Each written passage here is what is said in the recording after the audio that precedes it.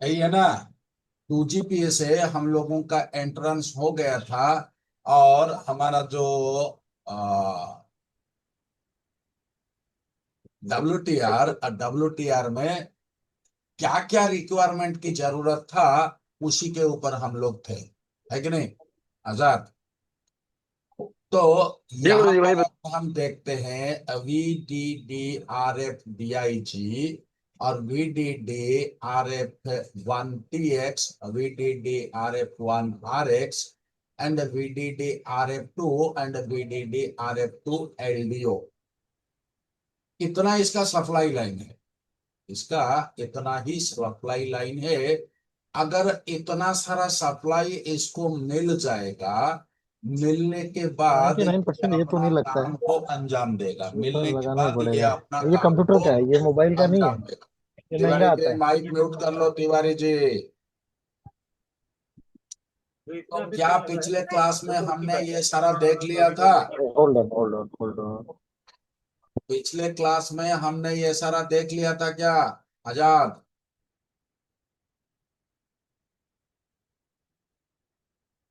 ऊपर वाले वोल्टेज ही हुए थे अभी, तीन वोल्टेज इसमें से। 3 वोल्टेजेस हुए थे। यानी जी कि जी। यहाँ पर हमें देखना पड़ेगा VDDRF2, VDDRF2। अब जरा PDF के माध्यम से हम देख लेते हैं VDDRF2 क्या है। तो पहले हमारा VDDRF1DIG ये खत्म हो चुका था। इसके थोड़ा आगे चलते हैं, VDDRF2 LDO। और VDDRF2 LDO नेटवर्क सेक्शन की तीसरी सबसे महत्वपूर्ण सप्लाई है। जब हम WTR2965 को डिकोड करते हैं तो ये लाइन उसका इंटरनल LNA यानी कि लो नॉइज एम्पलीफायर और मिक्सचर सर्किट को चलाने के लिए होता है। सिंपल भाषा में अगर ये सप्लाई नहीं होगा तो एंटीना सिग्नल तो पकड़ेगा, लेकिन WTR उसे प्रोसेस नहीं कर पाएगा, जिससे फोन नो सर्विस पर ही रहेगा। टेक्निकल डिटेल्स क्या है? वोल्टेज इस लाइंस पर 1.2 वोल्ट से लेकर 1.225 के बीच में होनी चाहिए। किसी किसी में ये 1.8 वोल्टेज भी होता है, या तो ज्यादातर ये अगर पुराने मॉडल है तो पुराने मॉडल में ज्यादातर ये 1.8 वोल्ट का ही होता है। नेचर क्या है? एक सेंसिटिव एनालॉग सप्लाई है, जिसमें अगर थोड़ा सा भी नॉइज या रिपल आ जाए तो फोन में नेटवर्क डंडे बार बार ऊपर नीचे होने लगे। बोर्ड पर इसको कैसे पहचानेंगे, ये पॉइंट्स नोट कर लीजिए। WTR2965 के पास एक मीडियम साइज का कैपेसिटर होगा।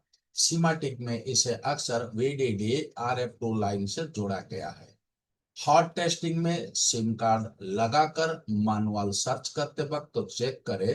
अगर 1.2 वोल्ट या 1.8 वोल्ट बन रहा है तो PMIC और लाइन ओके। कोल्ड टेस्टिंग, अगर इस लाइन पर ग्राउंड से बीप आ रहा है तो पहले WTR के पास कैपेसिटर चेक करें, फिर WTR IC को उठाएं। नेटवर्क ट्रबल शूटिंग के लिए 3 वोल्टेज का रोल क्या है? VDH-L4 1.8, VDD-RF2 LDO 1.8 and VDD-RF1DIG ये 1.0। अगर ये तीनों 1.8 वोल्ट, 1.8 वोल्ट, 1.0 वोल्ट ओके हैं, तो WTR को छेड़ने से पहले 26 मेगाहर्ट्ज क्रिस्टल ऑक्सीलेटर को चेक करें। अगर क्रिस्टल ऑक्सीलेटर की फ्रीक्वेंसी गलत होगी तो WTR इन वोल्टेजेस का उपयोग नहीं करेगा। अब लगभग अगर हम यहाँ नजर डालें, यहाँ और पर कैसे करेगा ये अगर फ्रीक्वेंसी गड़बड़ हो गई तो? क्या? अगर फ्रीक्वेंसी गड़बड़ हो गई 26 मेगा हर्ट्ज वाली, तो सेट को ऑन कैसे करेगा गुरुजी? देखो, फ्रीक्वेंसी इसके लिए अलग से आता है। इसको ना मिलने का मतलब क्या है? या तो तुम्हारा रजिस्टर खराब रहेगा, या तो तुम्हारा कैपेसिटर खराब रहेगा, या तो तुम्हारा इंटरफेस खराब रहेगा, या तो इसका बॉल ड्राई रहेगा, तभी तो नहीं मिलेगा ना। अगर मेन फ्रीक्वेंसी 19.7 मेगाहर्ट्ज वाला या 19 मेगाहर्ट्ज वाला अगर फ्रीक्वेंसी नहीं बनेगा तो प्रोटोकॉल ही नहीं बनेगा, और प्रोटोकॉल नहीं बनेगा सेट तो डेड कंडीशन में जाएगा ना। हम यहाँ पर नेटवर्क सेक्शन को देख रहे हैं कि कुछ अलग देख रहे हैं। जी जी, नेटवर्क सेक्शन। तो नेटवर्क सेक्शन का एक्सो आइसोलेटेड होता है ना, हम उसके ऊपर चर्चा कर रहे हैं। इसका मतलब क्या है, जब हमारा सेट ऑन है बाकी सारे एक्सो काम कर रहा है, बाकी सारा एक्सो हमारा काम कर रहा है, लेकिन सिर्फ यही वाला अगर इसको नहीं मिलेगा तो हमारा काम आधे से रुक जाएगा। यानी कि अगर एक्सो नहीं मिला, आरएफ इसको प्रोसेस नहीं करेगा, आरएफ इसको प्रोसेस नहीं करेगा, जिसकी वजह से तुम्हारा कोई भी वोल्टेज का वो यूटिलाइज नहीं करेगा। कुछ वोल्टेजेस तो बनेंगे नहीं, और जो वोल्टेजेस बनेंगे वो उसका यूटिलाइज करेगा ही नहीं। तो मेरे ख्याल से यहाँ पर इन चारों वोल्टेज के बारे में समझ में आ गया। 100 पे फिर हम जाएंगे नहीं, दूसरे स्टेप में हम 100 पे जाएंगे। ये चारों वोल्टेज का समझ में आ गया, पिछले क्लास में मैंने बताया था। अभी भी देखते हैं VDD RF to LDO, VDD RF to LDO. अभी वीडीडी आरएफ टू एलडीओ को ना ऑलरेडी हमने देख लिया है। अभी चलते हैं सिंपल इसकी दूसरे सेगमेंट। दूसरे सेगमेंट में जब आते हैं तो सबसे पहले हम इस वोल्टेज को चेक करेंगे, WTR 0 एक्सो इन, WTR 0 एक्सो इन। अब सिंपल मुझे एक बात बताओगे कि WTR 0 एक्सो इन जो है वो क्या है, वो क्या है? सर फ्रीक्वेंसी इन हो रही है उसमें। और मतलब ये एक तरह का तरंग है तो। जी जी, वही है सर। अच्छा, जो रेडियो फ्रीक्वेंसी आईसी हमारा लगा है वो किस चीज के साथ डील करता है? वोल्टेज, करंट, ऑडियो, साउंड, या किसके साथ वो डील करता है? किसके साथ डील करता है? क्या समझ में नहीं आया क्या मैं क्या पूछ रहा हूं? कह रहे सर वो तरंग के ही माध्यम से फ्रीक्वेंसी कम्युनिकेट करता फ्रीक्वेंसी है। के साथ डील करता है गुरु। यानी कि वो भी तो फ्रीक्वेंसी के साथ डील करता है ना। जी जी जी जी। तो अगर उसको इनपुट फ्रीक्वेंसी नहीं मिलेगा तो क्या वो काम कर पाएगा? नहीं नहीं नहीं नहीं। तो चलो, ये एक्सो इन जो है ये हमारा कहां से निकल रहा है इसको तो हम देख लें। ये कहां से आ रहा है, काहे इसके अंदर आया, कौन इसको भेजा? चलो इसको जरा WTR 0 एक्सो इन को यहां से डबल क्लिक करते हैं। अब क्लिक करने के बाद जरा गौर से देखो, ये लाइन यहां से आया, यहाँ एक कैपेसिटर जो है ग्राउंड किया गया है। अब कैपेसिटर ग्राउंड किया है, इसका मतलब क्या हुआ? अगर कैपेसिटर किसी ने ग्राउंड किया है तो इसका मतलब क्या है? उस वो अपना लाइन कोई। का फ्रीक्वेंसी को फिल्टराइजेशन करने के लिए ना। जी जी जी। और अगर 22 पीएफ वाला कैपेसिटर लगा है तो ये तो वोल्टेज को डील करेगा नहीं, या तो इस लाइन में वोल्टेज आएगा भी नहीं, क्योंकि बीच में क्या लगा है? कैपेसिटर लगा है। जी जी, कैप लगा है। तो वोल्टेज आएगा क्या? नहीं आएगा। अगर इस तरफ देखे तो इस तरफ हमें वोल्टेज मिल सकता है, किससे ना, हमारा PMIC से ये जो निकल के आ रहा है, तो उस हिसाब से यहां पर हमें वोल्टेज मिल सकता है। तो यहां पर WTR एक्सो को जब हम देखते हैं तो ये एक रजिस्टर पर आता है। अब जब भी तुम लोग मोबाइल के मदरबोर्ड में काम करोगे तो सबसे पहले इस रजिस्टर को यहां से कॉपी करो और लेआउट में पेस्ट करके इसको तुरंत सर्च करो, ये रजिस्टर है कहाँ, ये रजिस्टर कहाँ पर है। तो मिल गया क्या ये रजिस्टर? मिल गया? जी मिला जी। ना? तो कंपोनेंट नेम में यानी कि बोर्ड व्यू में चलते हैं, तो बोर्ड व्यू में हम उस चीज को देखेंगे कि वो और रजिस्टर कहाँ पर है। ये आ गए हमने कंपोनेंट नेम पर। और थोड़ा सा लेआउट में चलते हैं, तो लेआउट में इन तीनों में बीच वाला रजिस्टर जो है वो है, यानी कि ये रजिस्टर है, ये रजिस्टर है ना। जी जी। तो डीएसओ उठाएंगे, डीएसओ को उठाएंगे, फ्रीक्वेंसी को सेट करेंगे, सेट करके इस रजिस्टर के दोनों तरफ हम 19 मेगाहर्ट्ज की फ्रीक्वेंसी को चेक करेंगे। क्या 19 हो, या इसमें जो दिया गया है, इसमें जो दिया गया है कितना फ्रीक्वेंसी है, चलो वही 19 मेगाहर्ट्ज का होगा। तो उसको हमें इस रजिस्टर की दोनों तरफ चेक करना है। अगर दोनों तरफ हमें फ्रीक्वेंसी मिल रहा है तो सब कुछ सही है। अगर एक तरफ मिल रहा है, एक तरफ नहीं मिल रहा है, तब क्या करेंगे? अगर एक तरफ मिल रहा है, एक तरफ नहीं मिल रहा है, तब क्या करेंगे? इसमें या तो सर दो कंडीशन हो सकती है, या तो हमारा ये आपका WTR शॉर्ट होगा तो भी नहीं मिलेगा दूसरी तरफ, और या तो हाँ, मेरा रेजिस्टेंस ओपन होगा। देखो यहां पर एक ही कंडीशन बनेगा, दो कंडीशन बनेगा नहीं, क्योंकि ये ओम्स का रजिस्टर है, ठीक है ना। अगर WTR शॉर्ट हो गया तो वो रजिस्टर के माध्यम से उस तरफ भी चला जाएगा, सर है ना। तो दोनों ही सूरत में अगर WTR शॉर्ट है तो यहां पर तुम्हें कोई भी फ्रीक्वेंसी ना इस तरफ मिलेगा ना उस तरफ मिलेगा। हाँ, जी अगर ये 0 ओम्स का रजिस्टर तुम्हारा ओपन हो गया, फ्यूज हो गया, तब क्या होगा ना, इसमें एक तरफ हमें फ्रीक्वेंसी मिलेगा, यानी कि इनपुट साइड में फ्रीक्वेंसी मिलेगा, और WTR की इनपुट साइड में हमें कोई फ्रीक्वेंसी नहीं मिलेगा।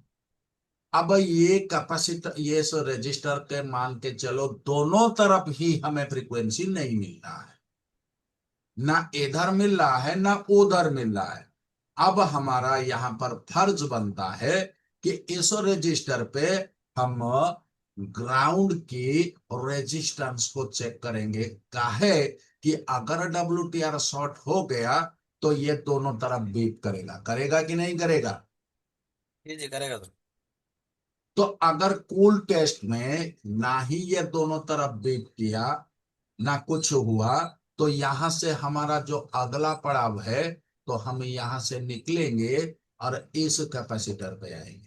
इस कैपेसिटर को यहां से कॉपी करेंगे, और कॉपी करने के बाद इसको हम ढूंढेंगे ये कैपेसिटर कहाँ है। मेरे ख्याल से तो लगभग उसी के बगल में होगा, ये लगभग उसी के, देखो उसी के बगल में है।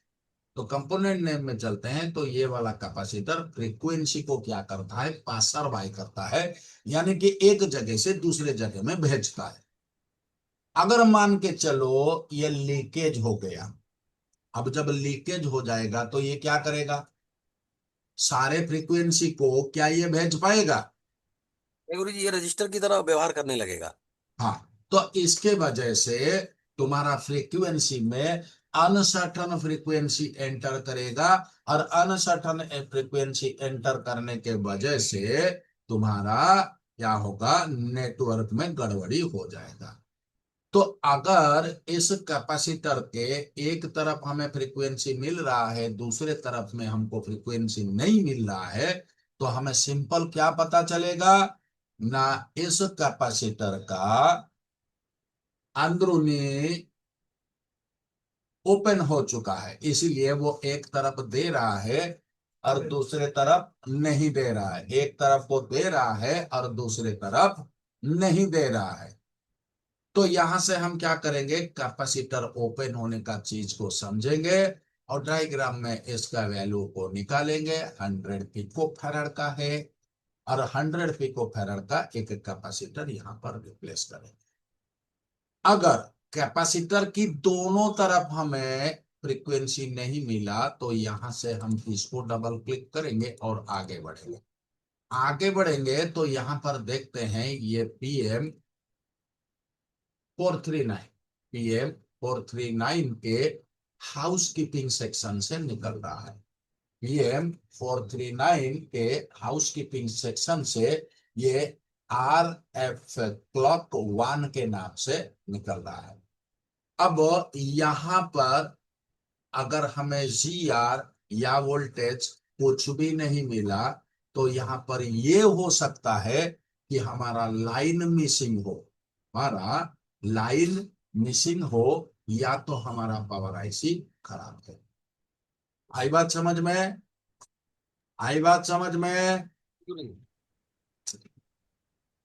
तो क्या आगे बढ़े? जी जी। चलो यहां से आगे निकलते हैं, हम फिर जहां से आए थे वहीं पर पहुंच जाएंगे। तो ये आगे हमने एक्सो इन। तो ये एक्सो इन जो होता है ये क्या होता है, जरा इसको यहां से देख लेते हैं।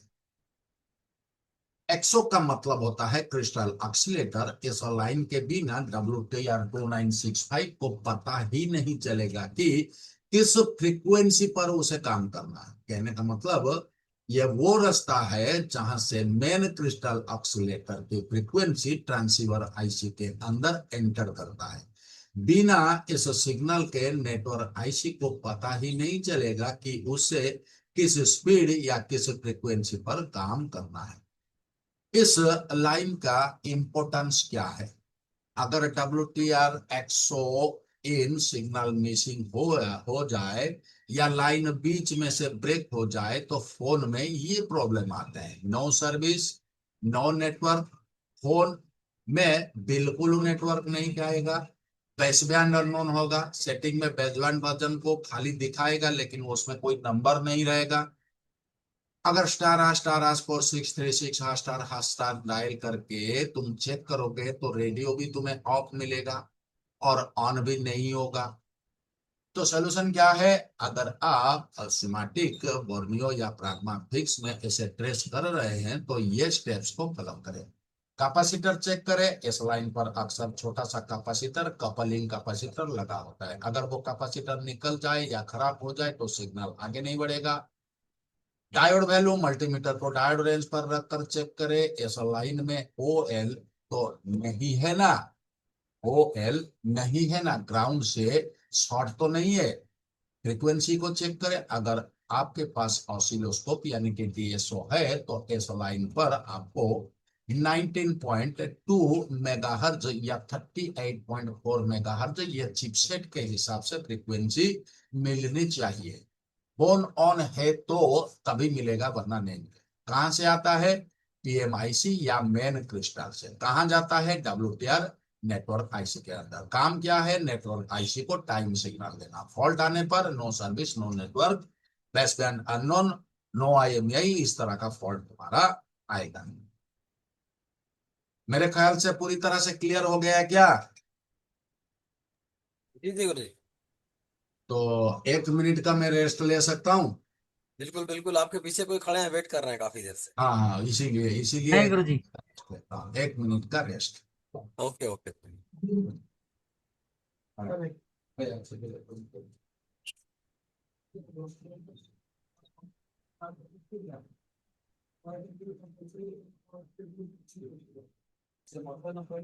कौन बोला नहीं गुरुजी?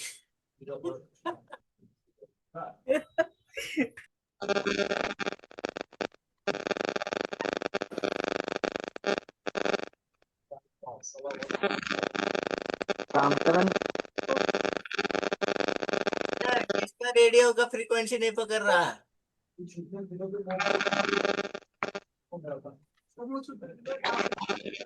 किसका फ्रीक्वेंसी नहीं पकड़ रहा है? एक्सो लाइन चेक करो। मेरा मेरा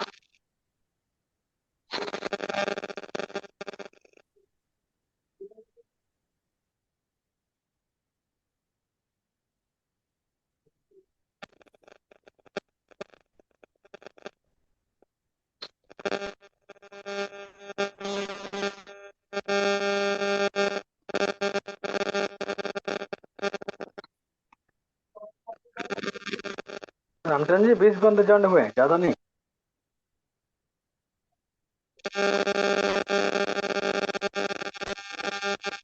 अरे शोर ना करो। तो अरे किसकी आगे फ्रीक्वेंसी यहां से मिसमैच हो बढ़े। गई? अगर एक्सो के बारे में तुम्हारा क्लैरिटी हो गया हो तो हम अपने सफर को आगे बढ़ाएं क्या? जी जी बिल्कुल बिल्कुल। चलो तो यहां पर अगर हम आके देखते हैं, इसके आगे इसका फ्रीक्वेंसी मिल गया, इसको टाइमिंग मिल गया, इसको सिंक्रोनाइजेशन मिल गया। अब ये आगे की अपनी कार्रवाई को करने के लिए तैयार हो रहा है, पूरी तरह से तैयार नहीं हुआ है, क्योंकि खाना मिल गया, पानी मिल गया, विटामिन मिल गया, सब मिल गया। अब इसको चाहिए कमांड, और जब तक इसको कमांड नहीं मिलेगा तब तक ये काम करेगा नहीं। तो इसको कमांड कहां से मिलेगा? इसको कमांड कहां से मिलेगा? सीपीयू देगा गुरुजी, और कौन दे सकता है? आरएफएफई क्लॉक एंड आरएफएफई डाटा के माध्यम से इसको मिलेगा। तो चलो थोड़ा आरएफएफई क्लॉक को यहां से क्लिक करते हैं, आगे बढ़ते हैं, कहां जा रहा है जरा देख लेते हैं। तो देखते हैं, तो ये सीपीयू का जीपीआईओ सेक्शन, अब जीपीआईओ 100 बॉल नंबर AL37 से निकल के जा रहा। अब ये सिर्फ जाने के लिए है। अब जरा दोबारा चलते हैं, तो ये इसके अंदर आया, यानी कि क्लॉक मिल गया, मतलब इसका टाइमिंग मिल गया, कब काम करना है, कैसे काम करना है, कितना बंद करना है, कितना चालू करना है, माइक्रो सेकंड में करना है, नानो सेकंड में करना है, पिको सेकंड में करना है, या एक दिन में करना है, या 2 दिन में करना है। इसको टाइमिंग मिल गया। अब टाइमिंग मिलने के बाद इसको कमांड चाहिए, यानी कि निर्देश चाहिए। तो वो निर्देश कहां से आएगा? ना ये आरएफएफई डाटा से निर्देश इसको आएगा।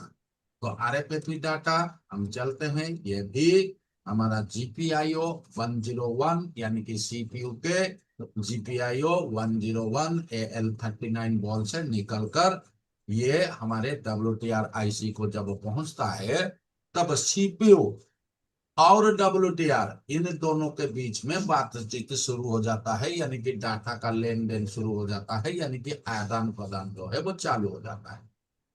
इस वजह से अभी WTR पूरी तरह से सक्षम हो गया है काम करने के लिए। अगर WTR की बात करें तो ये रेडियो फ्रीक्वेंसी के साथ काम करेगा, ना ही कोई वोल्टेज प्रोड्यूस करेगा, क्योंकि ये रेडियो फ्रीक्वेंसी का आईसी है। थोड़ा आगे बढ़ते हैं। यहां पर अगर हमारा आरएफएफई क्लॉक और आरएफएफई डाटा मिल गया, तो WTR पूरी तरह से तैयार हो गया आगे की ओर काम करने के लिए। तो थोड़ा बहुत डिस्कशन आरएफएफई क्लॉक और आरएफएफई डाटा के बारे में भी कर लेते हैं। मोबाइल हार्डवेयर डायग्नोस्टिक में आरएफएफई क्लॉक एक बहुत ही सेंसिटिव और इंपोर्टेंट कंट्रोल लाइन होता है। जब हम नेटवर्क सेक्शन यानी कि आरएफ सेक्शन को ट्रेस करते हैं, तो यह सिग्नल सबसे पहले चेक किया जाता है। आरएफएफई क्लॉक क्या है? आरएफएफई इसका फुल फॉर्म हो गया रेडियो फ्रीक्वेंसी फ्रंट एंड। यह एक इंटरफेस प्रोटोकॉल है। क्या आजाद, जी इंटरफेस प्रोटोकॉल क्या है? गुरुजी, प्रोटोकॉल के बारे में बोलूंगा नहीं, कल बहुत लताड़ लगी थी। मैंने तुम्हें कहा था कि एक होता है WTR, दूसरा होता है SDR। मैंने जी तुम्हें इसलिए SDR नहीं पढ़ाया ताकि तुम्हें कम से कम इतना समझ में आए कि SDR पढ़ने से पहले WTR को पढ़ना पड़ेगा, जी क्योंकि जहां SDR तुम्हारा सॉफ्टवेयर के साथ इंटरफेस का इस्तेमाल करता है, वहां WTR सिर्फ इंटरफेस का इस्तेमाल करता है। आई बात समझ में ना? जी जी यानी कि ऐसे समझो, एक टीवी तुम्हारे पास है, जिसको चैनल बदलने के लिए तुम उठ के उसके चैनल को रोटेट करोगे तभी बदलेगा। वो हो गया WTR। और एक टीवी तुम्हारे पास ऐसा भी है जो तुम्हें टीवी के पास नहीं जाना है, रिमोट में तुम चैनल, ऑडियो, वीडियो सब कुछ चेंज कर सकते हो। वो हो गया तुम्हारा SDR। समझ में आया? जी जी जी अब जरा 1 मिनट, इधर शोर हो रहा है ना मेरे, तो बंद कर। चलो, तो इसलिए मैंने कहा कि अभी सबसे पहले तुम SDR को मत पढ़ो, सबसे पहले तुम WTR को पढ़ो, क्योंकि WTR पढ़ने से तुम्हें SDR के लिए बहुत कुछ जानकारी जो है वो मिल जाएगा, बहुत कुछ जानकारी जो है वो मिल जाएगा। इस चलते मैंने तुम्हें सबसे पहले WTR को पढ़ाना मुनासिब समझा। तो RFIP का मतलब हो गया radio front end, radio frequency front end, ये एक इंटरफेस प्रोटोकॉल है। RFIP जैसे क्वालकॉम ने बनाया है ताकि CPU ट्रांसीवर अलग अलग नेटवर्क कंपोनेंट जैसे PA, LNA, एंटीना स्विच से बात कर सके। CL का मतलब हो गया क्लॉक, ये टाइमिंग सिग्नल होता है जो डाटा ट्रांसफर की स्पीड को कंट्रोल करता है। ये लाइन कैसे काम करता है, नेटवर्क सेक्शन में RFIP क्लॉक और RFIP डाटा की जोड़ी होता है। CPU या ट्रांसीवर क्लॉक लाइन के जरिए एक इशारा देता है, तभी आगे लगा हुआ पावर एम्पलीफायर यानी कि PA या स्विच, इस स्विच IC एक्टिव होता है। फॉल्ट और सिम्टम्स, प्रॉब्लम क्या आएगा, अगर RFIP1 क्लॉक लाइन ओपन हो जाए तो शॉर्ट हो जाए या इस पर लगा कंपोनेंट खराब हो जाए तो ये मसले आ सकते हैं। नो सर्विस, सबसे बड़ा सिम्टम्स यही है, फोन नेटवर्क सर्च ही नहीं करेगा। ट्रांसीवर नॉट वर्किंग, अगर क्लॉक सिग्नल नहीं मिल रहा तो WTR या SDR IC बाईपास हो जाते हैं या काम नहीं करते। सिक्योरिटी एक्ट सर्टिफिकेट इशू क्या आएगा, कभी कभी सॉफ्टवेयर में रेडियो ऑफ की प्रॉब्लम भी हार्डवेयर लाइन की वजह से आती है। रिपेयरिंग टिप्स क्या है, एक मोबाइल ट्रेनर के तौर पर आपको ये पॉइंट्स के ऊपर ध्यान रखना चाहिए। सीरीज रजिस्टर चेक करें, अक्सर इस लाइन के बीच में एक 0 ohms का रजिस्टर या एक फिल्टर लगा होता है। अगर फोन गिरने ड्रॉप की वजह से वो निकल जाए तो क्लॉक सिग्नल कट जाएगा। डायोड में वैल्यू चेक करें, इस लाइन में नॉर्मली 300 से 600 के बीच में डायोड वैल्यू आना चाहिए। ये ब्रांड और चिपसेट के हिसाब से अलग अलग हो जाता है, क्योंकि डायोड वैल्यू जो है वो हर मोबाइल में अलग अलग होता है। अगर वैल्यू OL है तो लाइन ब्रेक है, अक्सर CPU या WCR ये ड्राई सोल्डर होने की वजह से ऐसा होता है। अगर वैल्यू 00 है तो कोई कंपोनेंट या IC शॉर्ट है। वोल्टेज चेक करो, मोबाइल ऑन होने पर इस लाइन पर हल्का सा वोल्टेज अप्रोक्सीमेटली 1.2 वोल्ट से 1.4 पल्स के रूप में बनती है। ध्यान से रखना, 1.2 से 1.8 वोल्ट किस रूप में बनता है, किस रूप पल्स में के रूप बनता में, है, पल्स पल्स के के। रूप में पल्स बनता के है। रूप में। ध्यान रखना। मास्टर टिप क्या है, अगर आपके पास नो सर्विस का फोन आता है और आपने WTR बदल दिया है फिर भी काम नहीं बन रहा है तो RFIP क्लॉक और RFIP डाटा की GR यानी कि ग्राउंड रीडिंग को जरूर चेक करें। 90% केस में ये लाइन ओपन मिलता है। दूसरा चीज आते हैं RFIP data. RFIP data line RFIP1 clock एक जोड़ी की तरह होती है, ये दोनों मिलकर बस बनाते हैं। बस का मतलब क्या है, वो जो हमारे शहरों में चलता है बस, नहीं गुरुजी। बस का मतलब होता है तार, यानी कि कनेक्शन, यानी कि वायरिंग, जिसमें हम RFIP बस कहते हैं। मोबाइल रिपेयरिंग में जब नेटवर्क सेक्शन की बात आती है तो इस लाइन की सही होना उतना ही जरूरी है जितना नेटवर्क IC का। RFIP डाटा क्या है, इसका काम है एक्चुअल इंफॉर्मेशन यानी कि इंस्ट्रक्शन को कैरी करना। फंक्शन क्या है, CPU या ट्रांसीवर इस लाइन के जरिए power amplifier PA, antenna switch और LNA यानी कि लो नॉइज एम्पलीफायर को कमांड करते हैं। कौन सा फ्रीक्वेंसी बैंड है, 2G, 3G, 4G, 5G select करना है।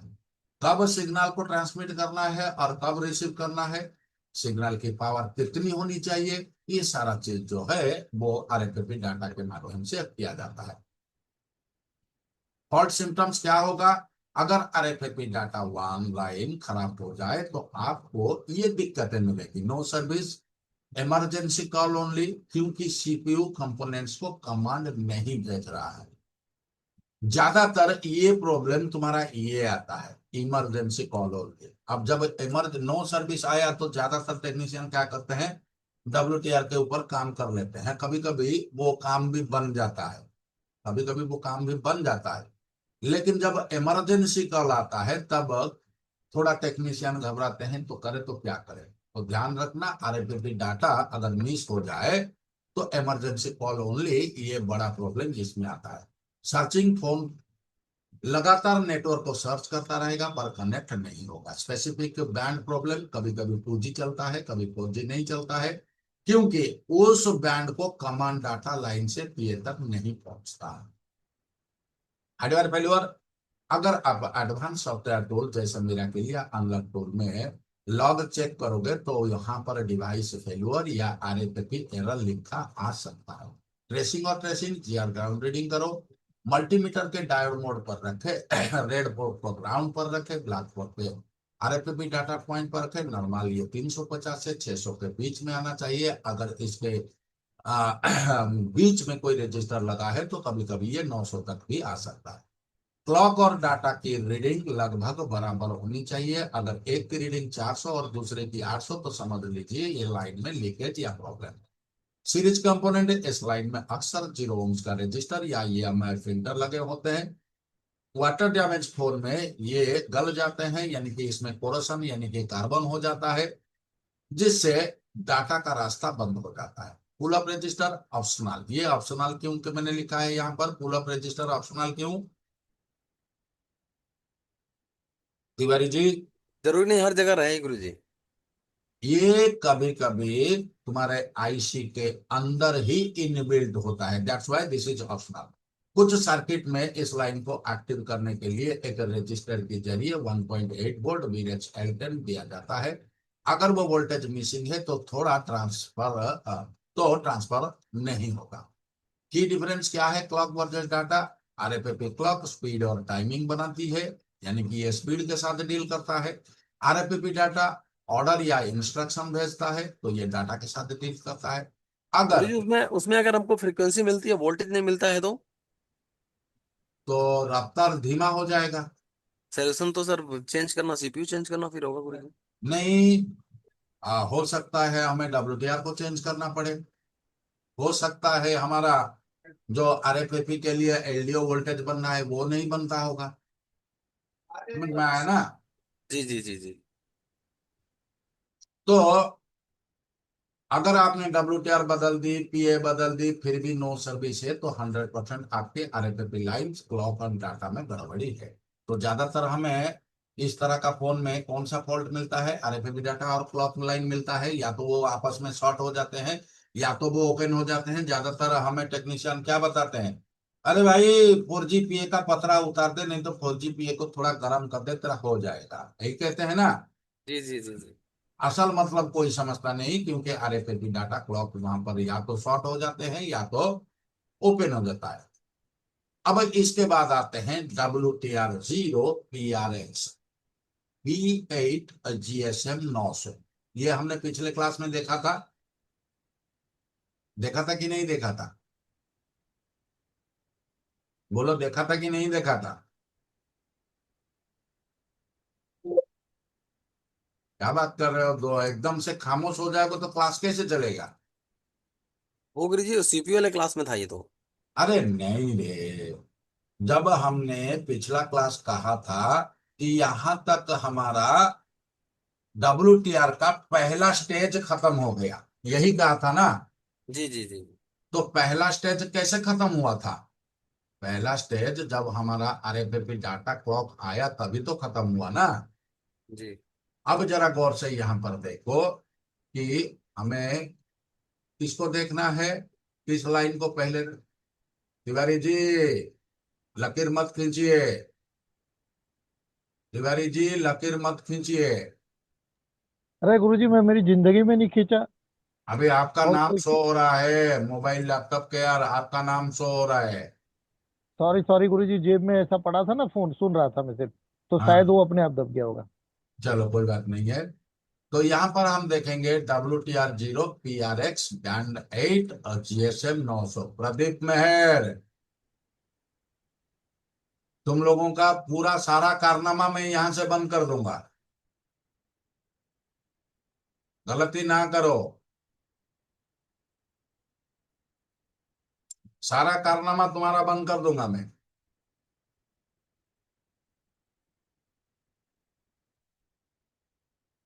ये वाला अरे है। गुरुजी मैंने कुछ नहीं किया। नहीं, ये प्रदीप के बारे में बोला, प्रदीप मेहर। अच्छा अच्छा, नाम लेके नहीं बोले तो कंफ्यूजन हो गया। ये WTR 0 PRX बैंड 8 GSM 900। और ये कौन सा लाइन है? ये कौन सा लाइन है? PRX लो बैंड 1।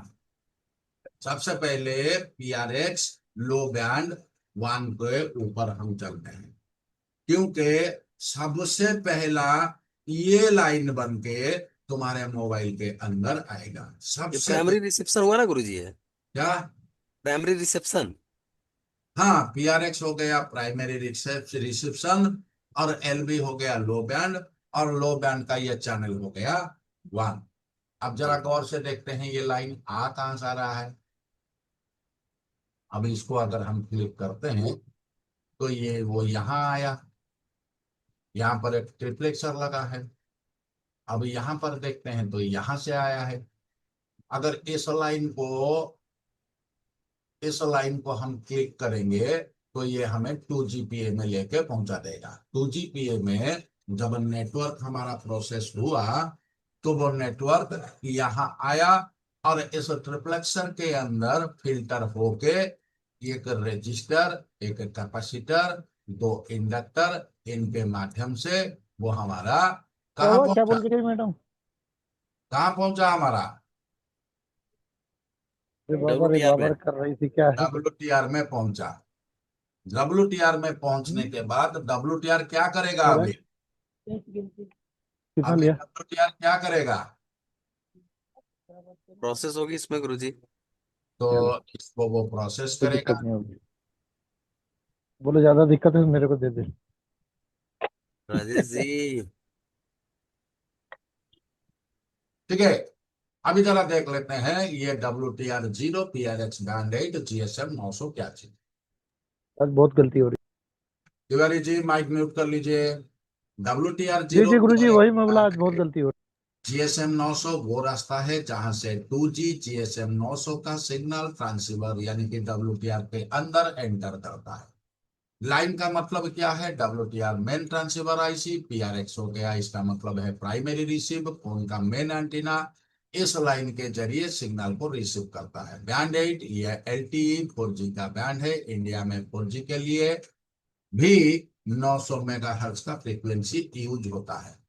तो क्या हमारे क्लास में अभी ऐसा कोई भी बंदा है जिसको ये कंफ्यूजन करता है कि अभी हमने 2G के बारे में पढ़ा, अभी फिलहाल गुरुजी इसी लाइन को भी कहते हैं 4G के लिए?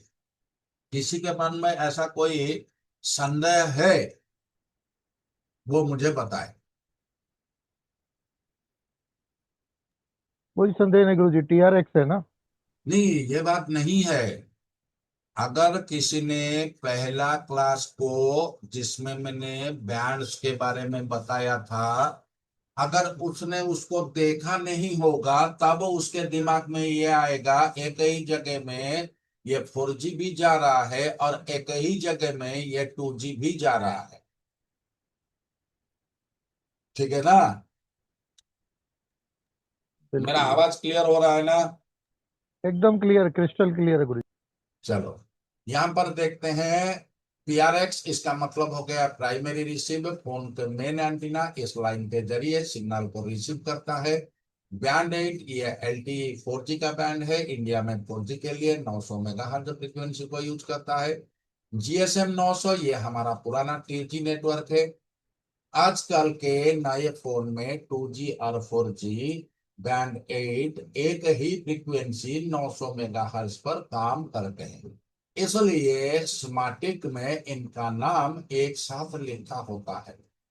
जब पिछली क्लास को तुम लोग याद करोगे, मैंने कहा था कि बैंड नंबर समान होगा, फ्रीक्वेंसी भी समान होगा, लेकिन टेक्नोलॉजी बदल जाएगा। जब टेक्नोलॉजी बदल जाएगा तो एक ही फ्रीक्वेंसी एक ही बैंड पर दो दो अलग अलग नेटवर्क हमारा काम करेगा। सिग्नल का सफर कहां से होता है? जब कोई टावर से 2G या 4G बैंड 8 का सिग्नल आता है तो वो इन स्टेजेस से गुजर के एंटीना स्विच तक पहुंचता है। एंटीना स्विच 2GPA यानी कि PFO यानी कि LV पैड लो बैंड पावर एम्पलीफायर PFO से सिग्नल फिल्टर होकर निकलता है और WTR0 PRX band 8 plus GSM 900 के जरिए WTR IC के अंदर एंटर करता है। फॉल्ट सिम्टम्स क्या है? अगर इस लाइन में कोई डिस्टरबेंस या शॉर्ट या ओपन हो जाए तो क्या दिक्कतें आएंगी? No service. अगर आप मैनुअली नेटवर्क को सर्च करेंगे तो हो सकता है कि आपका एयरटेल या जियो के 2100 मेगाहर्ट्ज बैंड 1 दिखाया जाए, लेकिन 900 मेगाहर्ट्ज वाले नेटवर्क गायब हो जाएगा। अब यहाँ पर थोड़ा सा पेचीदा मसला हो जाता है। और पेचीदा मसला क्या है? अगर मान के चलो तुम किस एरिया में हो जहां पर बैंड 8 काम कर रहा है और बैंड 1 काम नहीं कर रहा है, और तुम्हारे मोबाइल में या तो जियो या तो एयरटेल या तो वोडाफोन या तो आइडिया या BSNL या MTNL, किसी का भी सिम तुम्हारे मोबाइल में लगा है, इससे कोई फर्क नहीं पड़ता है। अगर उसी जगह में जो बैंड आपकी सिम कार्ड के लिए जरूरत है, अगर वो बैंड वहां पर तुम्हारे मोबाइल में रिसीव नहीं हुआ तो तुम्हारा ही सिर्फ मोबाइल वहां पर नो सर्विस पे चला जाएगा। सिर्फ तुम्हारा ही मोबाइल चला जाएगा, क्योंकि तुम्हारा बैंड 8 या 900 GSM काम नहीं करेगा। Weak signal. अगर इस लाइन का कपलिंग कैपेसिटर लीकेज हो जाए तो फोन से टावर के नीचे ही नेटवर्क पकड़ेगा, घर के अंदर आते ही नो सर्विस हो जाएगा। कॉल ड्रॉपिंग, क्योंकि 2G का यूज अक्सर वॉइस कॉलिंग के लिए होता है, इस लाइन में प्रॉब्लम होने से कॉल लगते ही कट जाएगा। टेस्टिंग टिप्स क्या है? सीरीज कैपेसिटर WTR और PA के बीच में एक छोटा कैपेसिटर लगा होता है। अगर फोन वाटर डैमेज है तो ये कैपेसिटर सबसे पहले गलता है, उससे बाईपास ना करें, हमेशा चेंज ही करें। टायर्डा वैल्यू नॉर्मल रीडिंग 300 से 500 के बीच में आएगा। अगर OL या ओपन लाइन आया तो या तो WTR ड्राई शोल्डर हो या बीच का रास्ता ट्रैक कटा हुआ है। मास्टर टिप क्या है? अगर किसी फोन में एयरटेल वोडाफोन 2G नहीं आ रहा है पर जियो 4G आ रहा है तो इसका मतलब है कि हाई बैंड HB ओके है, लेकिन LB यानी कि बैंड 8 GSM 900 या 1800 पर लाइन में फॉल्ट है। तो अगर हमारा 4G आ रहा है 2G नहीं आ रहा है तो हम सीधा 2GPA को उखाड़ के फेंक देंगे, दूसरा लगा देंगे। अब दूसरा लगाने के बाद अगर नहीं हुआ WTR को चेंज कर देंगे, दूसरा WTR लगा देंगे, फिर भी नहीं हुआ तो आगे हमारे लिए कौन सा रास्ता है? इसलिए सबसे पहले ना 2GPA को छेड़ो, ना WTR को छोड़ो, ना 4GPA को छेड़ो, ना तुम्हें सॉफ्टवेयर करने की जरूरत है, ना CPU चेंज करने की जरूरत है। अगर तुम्हें करना है तो क्या करना है? ना सबसे पहले इन्हीं एक एक लाइन को तुम चेक करो। अगर ये सब कुछ सही है तभी तुम इसमें चेंज या रिप्लेस कर सकते हैं।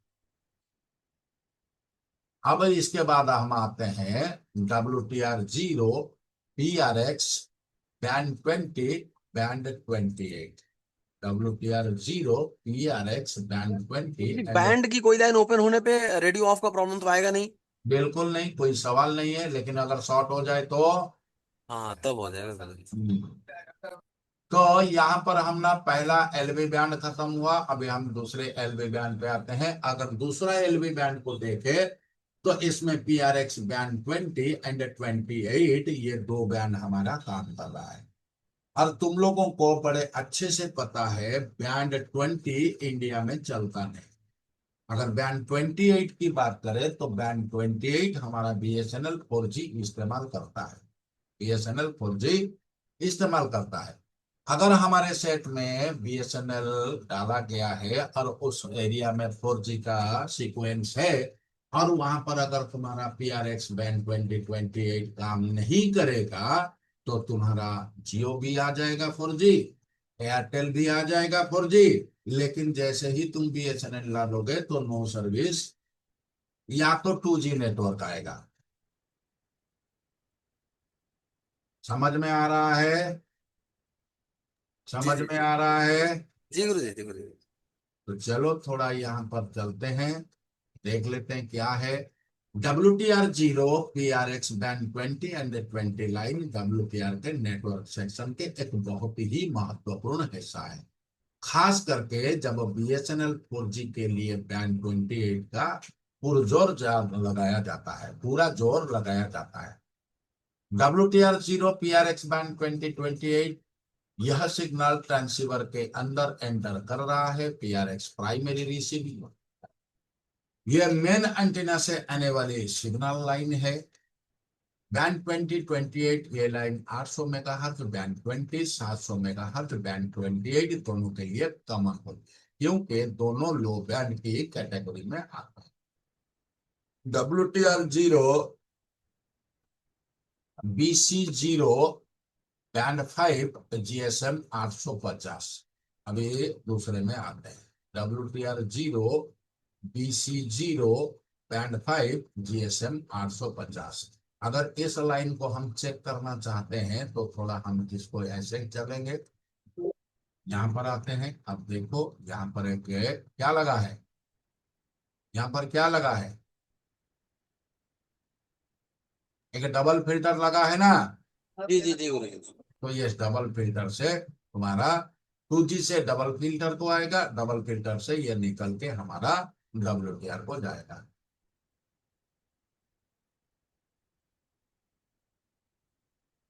इसके बाद देखते हैं PRX LV3, और ये है WTR0 PRX VC0 P5 and GSM 850।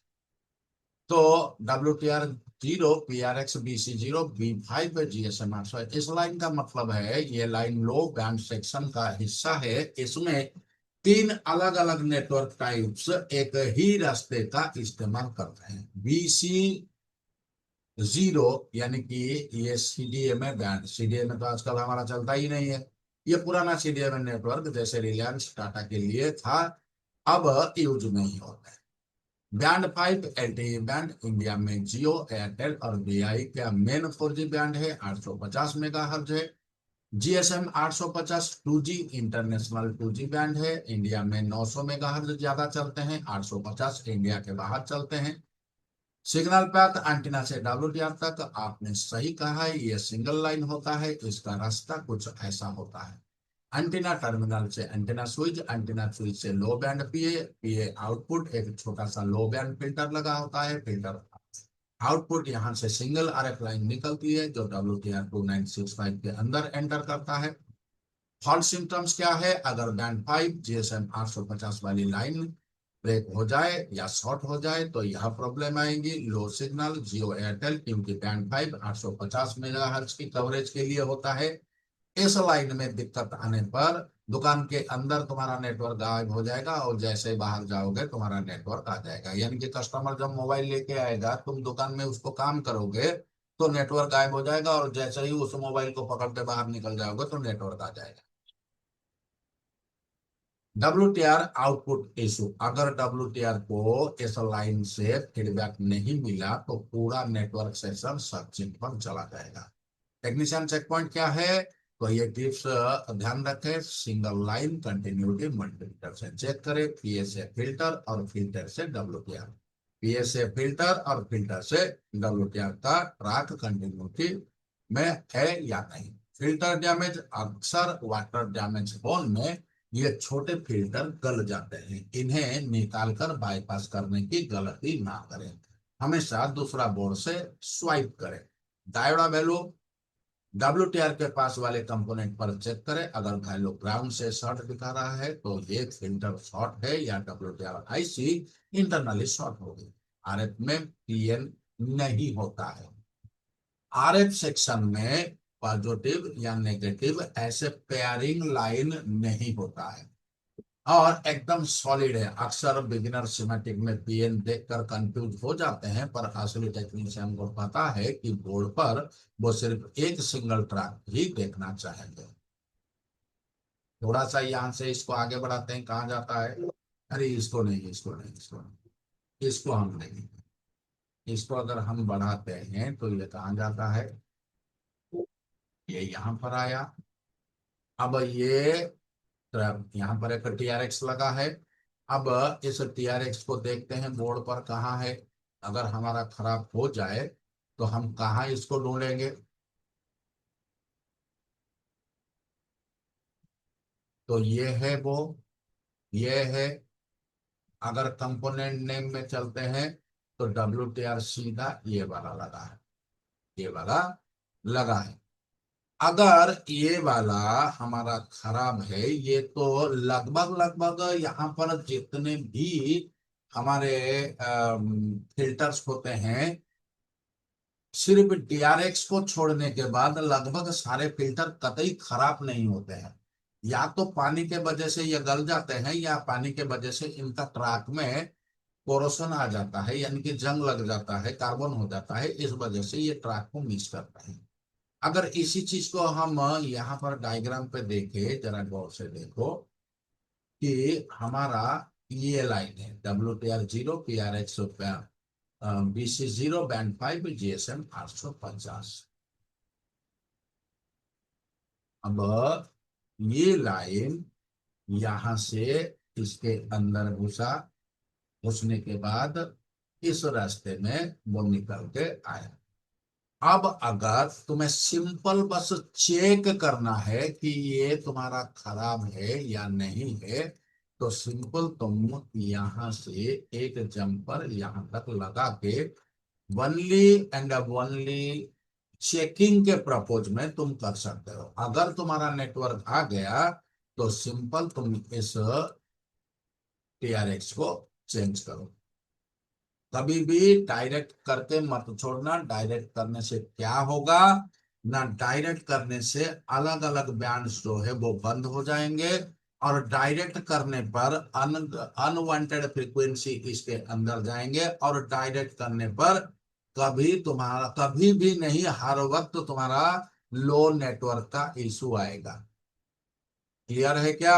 आगे बढ़े? जी जी। अगर क्लियर है तो आगे बढ़े।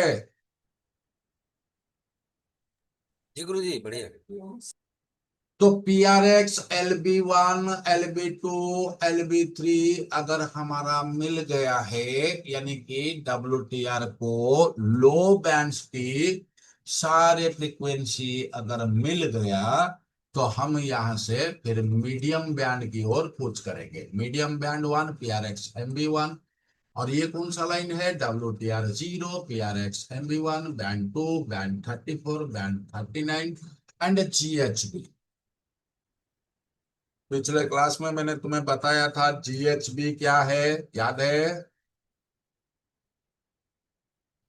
पिछले क्लास में मैंने तुम लोगों को बताया था GHB क्या है, याद है कि याद नहीं है?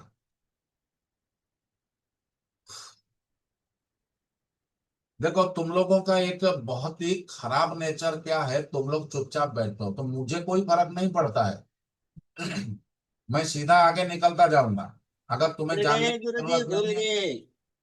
क्या? GBH क्या है? GBH होता है ग्लोबल हाई बैंड। चलो इसको यहां से कॉपी करते हैं और आगे बढ़ते हैं। कहां से आ रहा है वो इस लाइन में आते हैं, तो इस वाला एक ड्यूल फिल्टर में ये यहाँ पर आया है। ये ड्यूल फिल्टर यानी कि एक 100 फिल्टर है। अब इसको अगर हम यहाँ से कॉपी करते हैं तो कहाँ हमें देखने को मिलता है?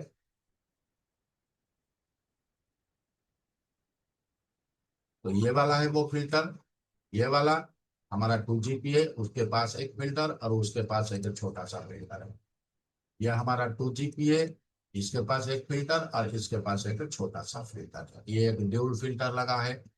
अगर ये फिल्टर खराब हो जाए, लीकेज हो जाए, ओपन हो जाए, शॉर्ट हो जाए, कोरोशन हो जाए, कार्बन हो जाए, जंग लग जाए, तो टेस्टिंग पर्पज के लिए हम ये कर सकते हैं। टेस्टिंग पर्पज के लिए हम क्या कर सकते हैं?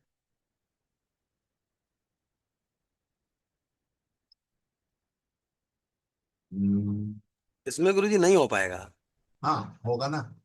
ये यहां से यहां से एक लाइन तुम निकालो यहां से, सॉरी यहां से निकालो और यहां पे कनेक्ट करो, यहां से निकालो और यहां पर कनेक्ट करो, तो तुम्हारा नेटवर्क आ जाएगा। तो तुम्हें पता चल जाएगा कि ये वाला चीज जो है तुम्हारा खराब है। सबसे पहले अगर वाटर डैमेज, लिक्विड डैमेज है, तो इसको रिवॉल्व करके पहले लगाओ। फिर भी अगर नहीं होता है, उससे पहले ट्रैक को चेक करो, इस कैपेसिटर को चेक करो, ये इंडक्टर को चेक करो, ये कैपेसिटर को चेक करो। सब चेक करने के बाद अगर सब कुछ सही मिलता है तो इसको रिप्लेस करो। रिप्लेस करोगे तो तुम्हारा काम बन जाएगा। अब जरा गौर से देखते हैं ये क्या चीज है। ये हम लोग medium band 2, band 1, band 34, band 39। अब बताओगे क्या मुझे, इसमें से कौन सा बैंड हमारे इंडिया में चलता है? WTR 0, PRX, MB1, band 2, band 34, band 39, HOB primary receiver path. MB1 इसका मतलब है मिड बैंड 1, ये 1700 मेगाहर्ट्ज से लेकर 2100 मेगाहर्ट्ज के बीच की फ्रीक्वेंसी में। बैंड 2, बैंड 34, बैंड 39, ये तीनों अलग अलग बैंड है। बैंड 2 1900 मेगाहर्ट्ज, ज्यादातर इंटरनेशनल रोमिंग के लिए। बैंड 34, 39 1900 से 2000 मेगाहर्ट्ज, ये TD-SCDA में है। और LTE बैंड में ज्यादातर चाइना या इंटरनेशनल मॉडल में होते हैं। GHB यह ग्लोबल हाई बैंड का शॉर्ट फॉर्म है। यह लाइन कहाँ होता है? प्रैक्टिकल बोर्ड पर, जैसे कि आपने पहले ही क्लियर किया था। बोर्ड पर आपको सिंगल RF लाइन दिखेगी। Antenna mid band, high band PA, पहले सिग्नल मिड बैंड फिर high band power amplifier IC में जाता है। फिल्टर PA से निकलकर 100 फिल्टर यानी कि मिड बैंड फिल्टर में जाता है, जो सिर्फ 900 से 2000 मेगाहर्ट्ज की फ्रीक्वेंसी सिग्नल को आगे जाने देता है। एंट्री टू WTR फिल्टर के बाद एक सिंगल ट्रैक सीधे WTR 2965 के स्पेसिफिक पिन पर जाता है। और सिम्टम्स क्या है? अगर इस लाइन में कोई प्रॉब्लम, ब्रेकेज या लीकेज आएगा तो क्या होगा? स्पेसिफिक बैंड प्रॉब्लम हो सकता है कि फोन 850 900 मेगाहर्ट्ज लो बैंड पर तो सही चले, लेकिन जैसे ही एरिया बदले या किसी नेटवर्क पर स्विच करे जो 900 1900 2000 मेगाहर्ट्ज यूज करता है, तो वहां तुम्हारा नेटवर्क गायब हो जाएगा। बिग सिग्नल अगर इस लाइन सीरीज में लगा हुआ कपलिंग कैपेसिटर ड्राई शोल्डर हो जाए तो सिग्नल लेवल बहुत ही लो हो जाएगा। कहां पर लगा है ये लगा है ना। जी जी। तो ये कैपेसिटर अगर लीकेज हो जाए तो तुम्हारा नेटवर्क लो हो जाएगा। तो हम सीधा क्या करेंगे, यहां से आजाद, यहाँ क्या से आप चेंज जंपर करेंगे गुरु जी? उठाएंगे यहाँ डाल देंगे, एक जंपर यहाँ से उठाएंगे यहाँ डाल देंगे, डाल देंगे ना। नहीं गुरु जी, कभी नहीं। ऐसा करेंगे तो क्या होगा? सब सिग्नल वीक हो जाएगा गुरु जी। एकदम से वीक हो जाएगा, एकदम से वीक हो जाएगा। तो सिग्नल वीक ना हो तो जो भी कैपेसिटर लगा है उस कैपेसिटर को यहाँ पर हमें बदल के उसी वैल्यू का लगाना है, उसी वैल्यू का। क्योंकि अगर वैल्यू में नेटवर्क सेक्शन हो गया, फ्रीक्वेंसी सेक्शन हो गया, क्लॉक सेक्शन हो गया, डाटा सेक्शन हो गया, इसमें जितना कैपेसिटर लगा है उतना ही तुम लगाओगे, इससे ना कम ना इससे ज्यादा। अगर कम या ज्यादा करोगे तो तुम्हारे परफॉर्मेंस पे असर आ जाएगा। Technician point, medium band 1 versus band 3। Airtel Jio India में बैंड 3 1800 मेगाहर्ट्ज सबसे मेन है, अक्सर में भी 1 और बैंड 3 के फिल्टर पास होते हैं। अगर कस्टमर कहता है कि एयरटेल 4G नहीं चल रहा है तो बैंड 3 वाली लाइन को ट्रेस करें। अगर ग्लोबल वेरिएंट है तो रोमिंग में प्रॉब्लम हो तो इस MB1, बैंड 2, बैंड 34, बैंड 39 को चेक करें।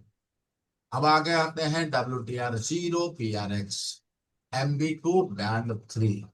इसके बाद जब हम आगे बढ़ते हैं, मीडियम बैंड हमारा 1 खत्म हो गया, मीडियम बैंड 2 पे आते हैं। मीडियम बैंड 2 क्या है? WTR 0, PRX, MB2, band 3। अगर इसको यहाँ से हम डबल क्लिक करते हैं तो ये हमें कहाँ लेके जाता है? एक वही फिल्टर पे लेके जाता है। ये DP बैंड 1 है, ये TRX है, ट्रिप्लेक्सर है। और इस ट्रिप्लेक्सर के पोर्ट 3 से ये लाइन तुम्हारा बन के बाहर निकल रहा है, बीच में कैपेसिटर लगा है। कैपेसिटर खराब होने पर भी प्रॉब्लम आएगा, ये खराब होने पर प्रॉब्लम आएगा। और ज्यादातर तुम लोगों ने जितने सालों से काम कर रहे हो, तो मेरे ख्याल से लगभग तुम्हें जिंदगी में एक या दो बार कभी ऐसे मिलेगा कि ये चीजें खराब हो। क्या सही है गलत? हाँ गुरु जी, इसमें वो सप्लाई नहीं आती है ना, इस वजह से पानी जाने के बाद भी मॉइस्चराइज नहीं होता, जिसमें वोल्टेज जाता है वो सबसे ज्यादा प्रॉब्लम होता हाँ। तो इस वजह से या तो तुम्हारा ये कैपेसिटर खराब होगा, या तो तुम्हारा ये इंडक्टर यहाँ से खराब हो सकता है। ठीक है ना?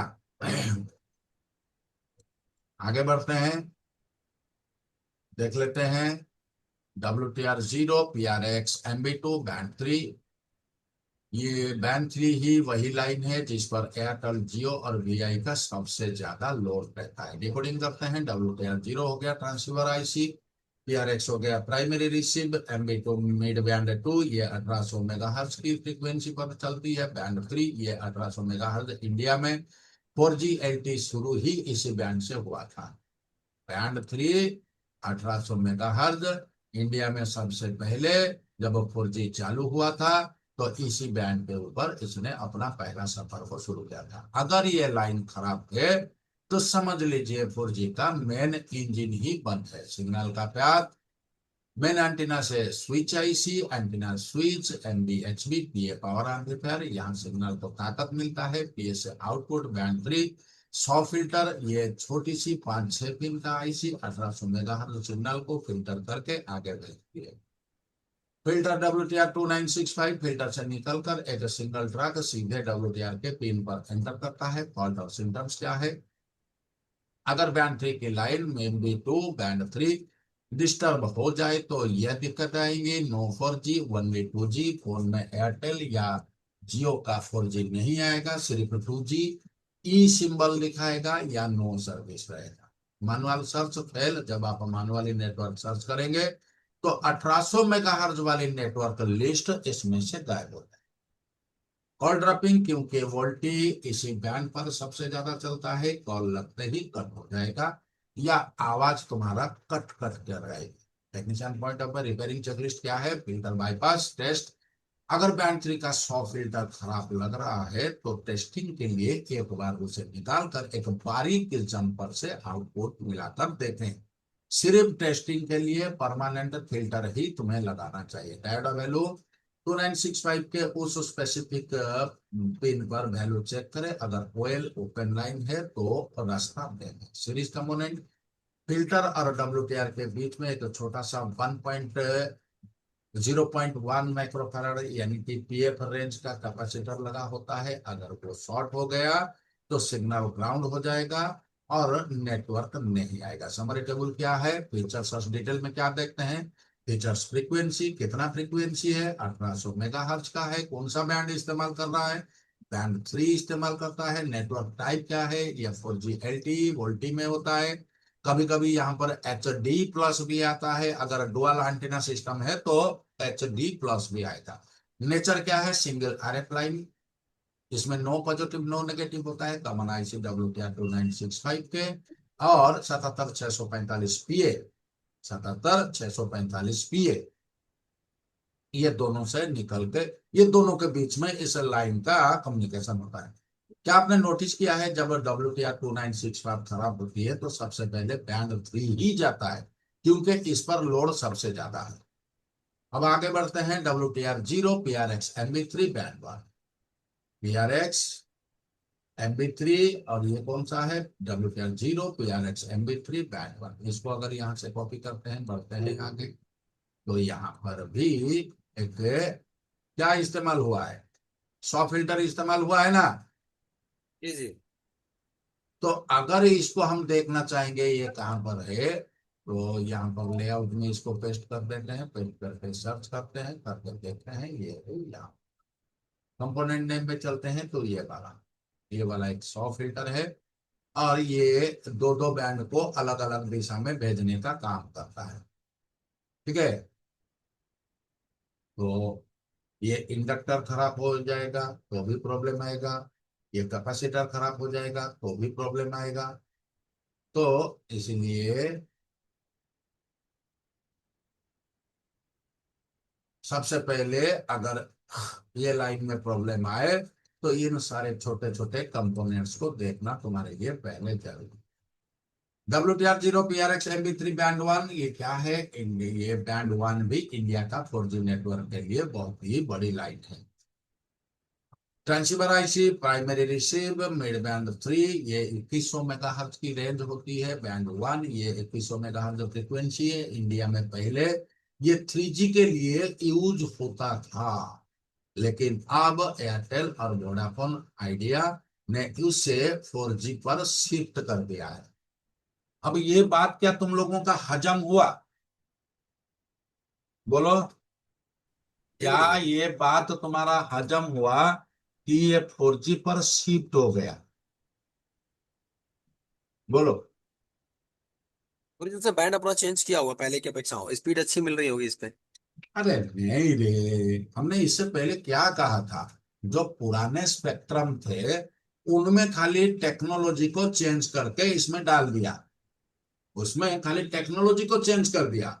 ये पहले सीडीए में था या WCDA में था, उस टेक्नोलॉजी को निकाल दिए, उसी फ्रीक्वेंसी में इन्होंने क्या किया? 4G LTE को डाल दिया। 4G LTE को जब 4G LTE इसमें डल गया तो ये 4G के लिए उतना ही फ्रीक्वेंसी काम कर रहा है। अब 3G तो कहीं है ही नहीं। सिग्नल का रास्ता क्या है? बोर्ड पर इसका सफर सिग्नल ट्रैक के रूप में होता है। Antenna mid band high band PA, पहले signal mid band high band PA amplifier में जाता है। बैंड 1 100 फिल्टर पे जाता है। पीए से सिग्नल निकल कर एक छोटे से ब्लॉक फिल्टर में जाता है जो सिर्फ 2100 मेगाहर्ट्ज को पास करता है। WTR 2965 की एंट्री फिल्टर के बाद एक सिंगल ट्रैक सीधे WTR पिन पर जाता है। फॉल्ट समरी क्या है? अगर बैंड 1 की लाइन में फॉल्ट आया तो no 4G in specific area. ध्यान रखना, क्योंकि नहीं तो तुम ये बोलना कि गुरुजी जिस लाइन को भी तो बोलते हैं वहां पर बोलते हैं no G, no service, no network, emergency आएगा। तुम ध्यान रखोगे क्योंकि हमारा हर एरिया वाइज क्या होता है? बैंड्स और फ्रीक्वेंसी चेंजेस हो जाते हैं, और बैंड फ्रीक्वेंसी जब चेंजेस हो जाते हैं तो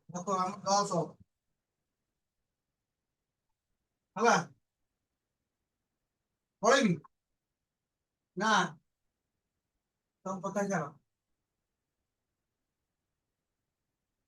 तो मैंने ये बार बार तुम लोगों को कहा, ये स्पेसिफिक एरिया में जहां पर इस फ्रीक्वेंसी पर 4G 3G या 2G चल रहा होगा, जब उस एरिया में हम गुजरेंगे, अगर हमारे मोबाइल में ये लाइन में प्रॉब्लम होगा तभी क्या होगा?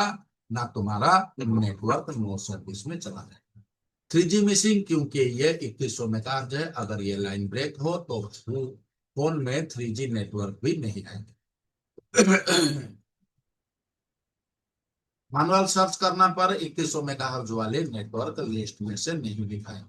Technician point of practical tip क्या है? लाइन को चेक करें, मल्टीमीटर से कंटिन्यूटी चेक करें, फिल्टर से WTR के पिन तक ट्रैक सही है या नहीं है। जीआर वैल्यू WTR के पास वाले कंपोनेंट पर डायोड वैल्यू चेक करें 300 से 500। अगर OL आ रहा है तो ट्रैक ब्रोकन है या ओपन है। अगर 0 है तो ट्रैक हमारा शॉर्ट है। अब जरा मुझे बताओगे, क्या यहां तक तुम लोगों को अच्छी तरह से समझ में आ गया? जी जी, बहुत बढ़िया था सर। तो मेरे ख्याल से आज की क्लास को यहीं रोक दिया जाए, जी जी क्योंकि बिल्कुल। हमारा लगभग 1 घंटे से ऊपर हो चुका है क्लास। और कल के लिए रखते हैं, कल संडे के लिए रखते हैं, हम हाई बैंड पे जाएंगे, हाई बैंड के बाद बेस बैंड पे जाएंगे, बेस बैंड के बाद हम जाएंगे DRX में जाएंगे। ये सारा पॉइंट्स को हम कल कुछ देर कुछ रास्ते तक हम इसको कवर करेंगे। अब यहाँ पर मैं बंद करता हूँ, शेयरिंग को बंद करता हूँ। अगर किसी के मन में कोई सवाल है अभी से तुम कर लो, और सवाल नहीं है, सवाल इसी वक्त नहीं आ रहा है, तो सिंपल तुम कल के क्लास के लिए नोट उठाओ, सवाल रेडी करो। कल क्लास शुरू करने से पहले 10 मिनट हम सवाल जवाब पर बातें करेंगे। और जो भी यूट्यूब पर मुझे देख रहे हैं, यूट्यूब पर भी वो कमेंट्स करें, उनका कमेंट्स को भी मैं जवाब दे दूंगा। और अगर किसी स्पेसिफिक जानकारी चाहिए तो उसके बारे में मेरे को कमेंट करे, मैं स्पेसिफिक चीजों के ऊपर कल के क्लास में मैं इसको दोहराऊंगा। गुरुजी, हाँ, A3 वाली फाइल को A3X में चढ़ा सकते हैं क्या? ये कौन सा क्लास चल रहा है? ये तो नेटवर्क का है गुरुजी, वो तो खत्म हो गया ना, आप कह रहे हैं कुछ खत्म, बोलिए। रिकॉर्डिंग चल रहा है, यूट्यूब पर लाइव है, क्या कर रहा है? अच्छा अच्छा अच्छा ठीक। ध्यान रखो तुम बातों को।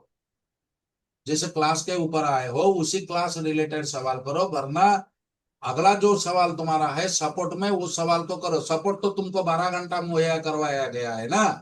जी जी जी। तो चलो, यहाँ से मैं रिकॉर्डिंग को स्टॉप करता हूँ।